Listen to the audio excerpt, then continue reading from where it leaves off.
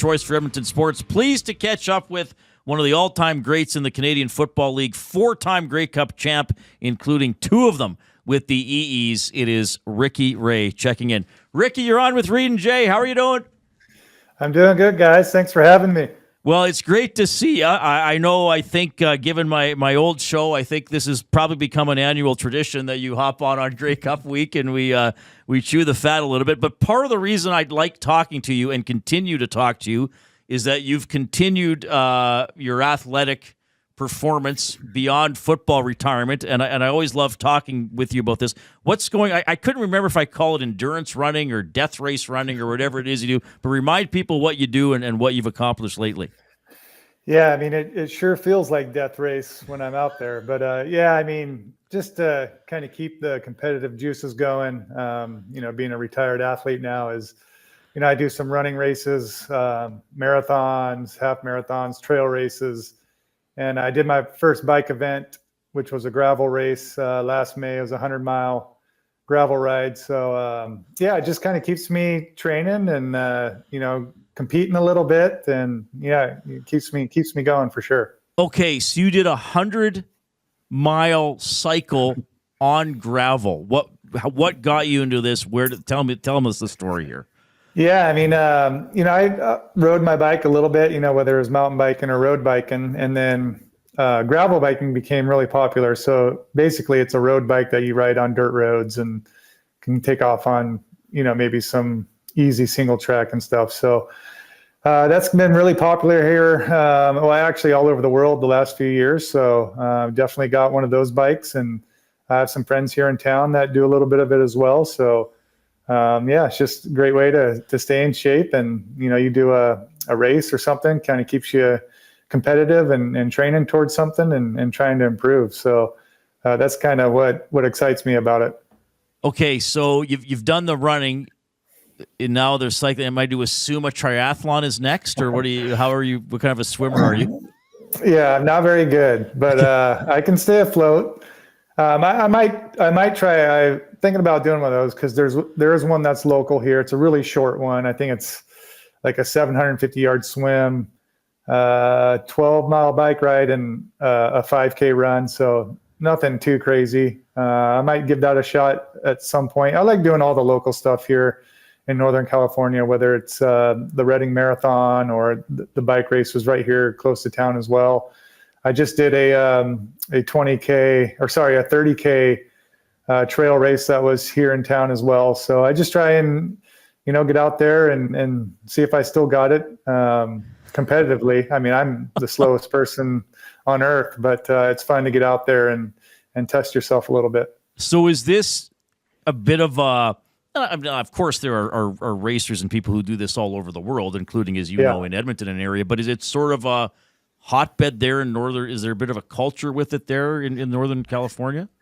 Yeah, there's a little bit of a culture here. We've got a running club that puts on a lot of events here in town. So there's plenty of opportunity to get out and do some of these events here in Redding, California. But yeah, I mean, all over California and here in the West, there's tons of events. There's a big running event called Western States that's every summer. I think it's like in June.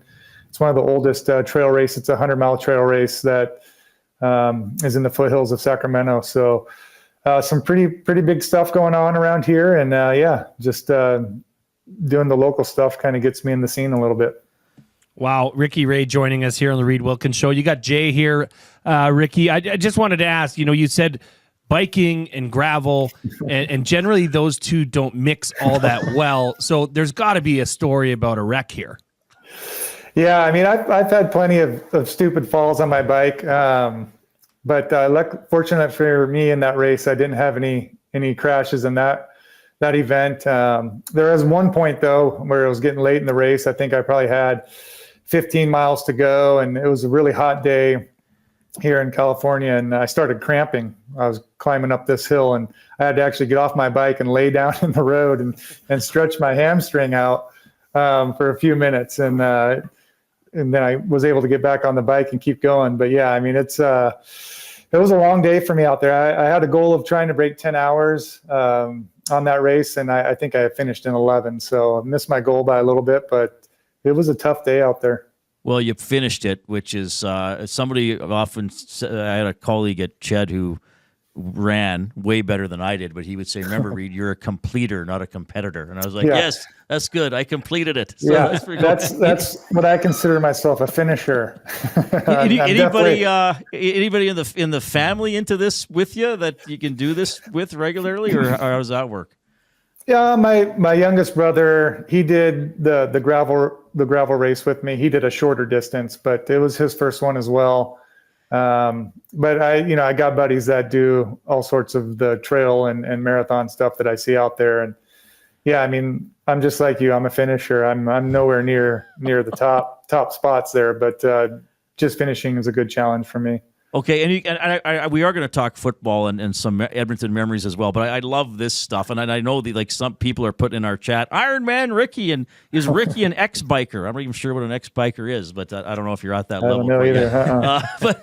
But when you do the trail runs, I'm assuming, you'll have to remind me, these aren't like nicely manicured paved trails, right? Like they're wilderness stuff? Yeah, it's like typical hiking trails, single track stuff. Yeah, you're doing a lot of climbing. There's lots of hills, lots of elevation change, uphill running, downhill running, flat running, all sorts of different conditions. Pretty rocky areas where you're, coming down some steep stuff. And I mean, you're not just out there, sprinting the whole time. You're being careful in certain spots, but it's a lot of fun. I mean, you get to see some pretty cool places. Out there, this last one, 30K took me around 5 hours. So I was out there for quite a bit of some time, but you have aid stations where you stop and you refill your water bottles and get some gels and some different snacks to kind of keep yourself going. And it's maybe not a lot of fun in the moment, especially towards the end of the race where you're wishing it's over. But after the fact, just finishing and completing the challenge is very satisfying. Awesome. Okay. I can relate that to football too, because getting hit by defensive linemen all the time isn't always the funnest thing, but it's very rewarding. Well, in some of the cold weather games, you probably wished were over in warm up. Yeah, exactly. All right. So to turn to football a little bit, and I know you usually watch, so I assume if you haven't watched, you're at least up to date. But Chad Shelley got hurt, so Nick Arbuckle as the backup quarterback is going to go in. How does that, if at all, maybe you're going to say, no, Reid, these guys know what they're doing, but does that change the vibe or the preparation around a team? Biggest game of the year, and your star quarterback is out. Like, what is that like for the Argos this week? Yeah, I would think it would change it. I mean, the bulk of your stuff's going to be pretty similar, but there's going to be a certain percentage where it's going to be, what he does well. He's a little bit different than Chad was, does some things better and worse than him. So you got to tailor some of the game plan to what makes him confident out there. And I'm sure that a lot of that communication is going on this week as far as what plays are going into the game plan and how you rank the plays as well. There might be a list of, 15 second and long plays, and the order that you put in is going to be determined on, what you think you can get on the defense and, what the quarterback is confident in running. So those little spots all throughout the game plan are going to be ranked differently depending on who the quarterback is. The other quarterback is Zach Collaros, who you knew, I think as a very young Zach Collaros when he first got, I'm not going to ask you if you saw that when he was 22 or 23 and first walked in, but he's kind of become the face of the league, right? And he's occupied that premier quarterback spot that you had and Anthony had when you were playing. I mean, he's become that guy. Oh, for sure. And yeah, I mean, I did notice it. He got, I think he only played in maybe one game. Actually, I don't even know if he played in his first year, 2012. But the next year in 2013, I got hurt and missed some time playing. And he's the one that came in and got the starts for us. And you could tell right away that he was very gritty. He was able to find a way in the fourth quarter to win some tight ball games. And for a young guy like that, I mean, that's hard to do sometimes. And, that's one thing that stood out to me was just his grittiness, when crunch time came to find a way to make a play or put a good drive together. to get the victory was something that impressed me from the get-go. So, I mean, that's the thing with Zach too. I mean, no matter what happens, he's going to have you in the game. He doesn't get rattled is another thing that surprises me so much. In the Grey Cup, I think the second one in Hamilton, I think he threw 2 picks in the second half of that game, but was able to not let that rattle him and go on and finish the game and get a win there. And, even the game against Toronto a couple years ago, it was back and forth there in the fourth quarter, and he still put his team in position on that last second field goal to have a chance to win the game. And unfortunately for him, it got blocked, but he did his job in getting them down there and giving them a chance to win that game. So, he's been impressive, even in the early parts of his career. Ricky, I want to bring this, closer to home here, specifically Edmonton and the franchise that you were a part of. I love the hat. Thanks for wearing that. Looks good on you. As you know, a former teammate of yours, Chris Morris, was named as the next president for the Double E. You played with him in 02 and 03 and again in 05, had some success. He talked about changing the culture back to what it used to be. And I want to know, as a former teammate of his and somebody that played in that era, what that means to you. Yeah, I mean, what it meant to me was when I first got there in 2002, it was very noticeable what the culture was like. It was, expectations of being a good football team, expectations of being a part of the community, and the expectations of it being like a family. So, I mean, as far as the expectations of being a good team, I mean, I saw tons of highlight films of, the teams from the 80s, with all the great players, Warren Moon and Wilkinson and Dan Kepley and all those guys, and just seeing the Grey Cups throughout the years and the great coaches that had gone through there. The expectations were there. I mean, you're going to have a chance to win a Grey Cup in playing for this franchise. And as far as being a part of the community, I mean, there are so many community events that we had a chance to be a part of, whether it was Monday Morning Magic or Read in Week, where we got to go read to the kids, in October in the schools, and, a bunch of other different little things that got us involved in the community. And then obviously family. I mean, it was, we were a brotherhood out there. Jed Roberts used to break down the huddle, and we used to say bone. And bone meant brotherhood of nasty Eskimos. And that's what it felt like out there was a brotherhood. And so those are the 3 things that come to mind from my time playing there. And obviously Chris was a part of that when I first got there as well. And hopefully, some of that will carry on now that he's the new president. Well, Jed is a regular on the show here, so we'll have to tell him that Ricky, pretty much the whole interview surrounded Jed Roberts. One of the things Chris did say when during his introductory press conference was that by the 24th of November, he was going to have a GM in place, and then that GM was going to be, tasked with finding the coaching staff. Ricky, if you get a call on the 25th or 26th of November, is that anything that has ever, obviously you're a great football mind. Is that something that, I mean, I'm sure you've been asked, but have you ever seriously considered coaching?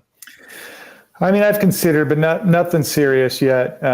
It's just not good timing for me. I'm able to spend time with my family. I got a couple young girls, 13 and 9, that I get to be a part of their life every day. So it just, the idea of being gone for 6 months or making them move up with me and still not seeing them very much because I'm putting in so much time as a coach, just isn't what I want to do right now. So, even if I got that call, I'd probably have to turn it down again. I'm just not ready, or at the point in my life where I'm ready to make that commitment. I'm glad we got that answer from you on the record, because you're a popular coach, with the fan base. What about Ricky? I don't know if he wants to, but we'll ask him. So glad we got that on the record. Thanks for being so generous with your time. Just a couple more for you here. You probably heard us talking before you came on. Like, Connor McDavid's going for 1,000 points tonight. I mean, you were an incredibly popular player on a team that was quite good most of the time you were here. But there's always sort of that big shadow of the Edmonton Oilers, right? Like, what was that like for you coming to an NHL city? And I guess you probably, even as an Esk at the time, got drawn into the tidal wave of Oilers support too. Yeah, I mean, I thought it was great. I mean, it just makes it a better sports town. Having two really good franchises there, and I mean, it was the city of champions. That's what stuck out to me being there, as well as not only the success of the Edmonton Football Club, but also the Edmonton Oilers, and especially hearing about the '80s when they won all their Grey Cups and Stanley Cups. So.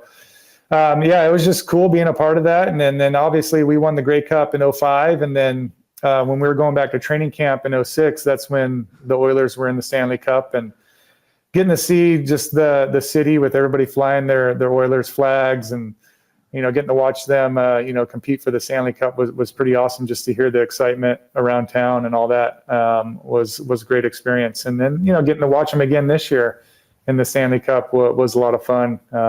Getting to that, I think it was Game 7, right? Yep. Where they almost got it done was pretty exciting.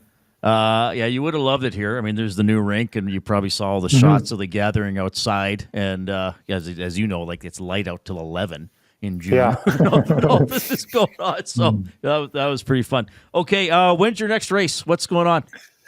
Yeah, so my next race will be the Reading Marathon. It's like middle of January. So I'm training for that and trying to beat my time. Last year, I think I was 4 hours and 19 minutes. So hopefully can beat that. And I mean, this running stuff's hard, man. It's it makes you sore, and just as much as getting hit by some pretty big guys out there, your body feels sore. It's just all in your legs and ankles and feet. I like I said, I just enjoy having a challenge and something to kind of train for, and seeing myself improve a little bit, and keeps me motivated and keeps me driven towards something. And how is the Grey Cup, is it on? Can you get CTV or TSN, or does an ESPN pick it up? How do you watch on Sunday? Yeah, so I haven't checked for sure. I think it might be televised down here. We've had to stream the playoff games so far, which is perfectly fine. It works great on the website. We just stream it to a device and then link it to our TV, and it's just like being on there. So, but I'm pretty sure the Grey Cup is on an actual television channel for us down here. Okay, well, I know you'll enjoy watching it. Too many chats to make, but people still love you. They miss you. As Jay said, a lot of people love seeing the double E hat, regardless of what the second E stands for. People are still proud of that logo. Hey, thanks for coming on my new show here. We'll keep in touch. Let me know if you got any incredible race stories to tell between now and the next Grey Cup. But for sure, expect a text from me about a year from now during next Grey Cup week. That sounds good. I'm sure I'll have some race reports to give you by then. So. Right on. Thank you so much for your time, Ricky. No problem, guys. Thanks for having me. Okay, that is one of the all-time greats in the CFL and for the Double E, Ricky Ray, joining us on the Reid Wilkins Show with Jay Milne.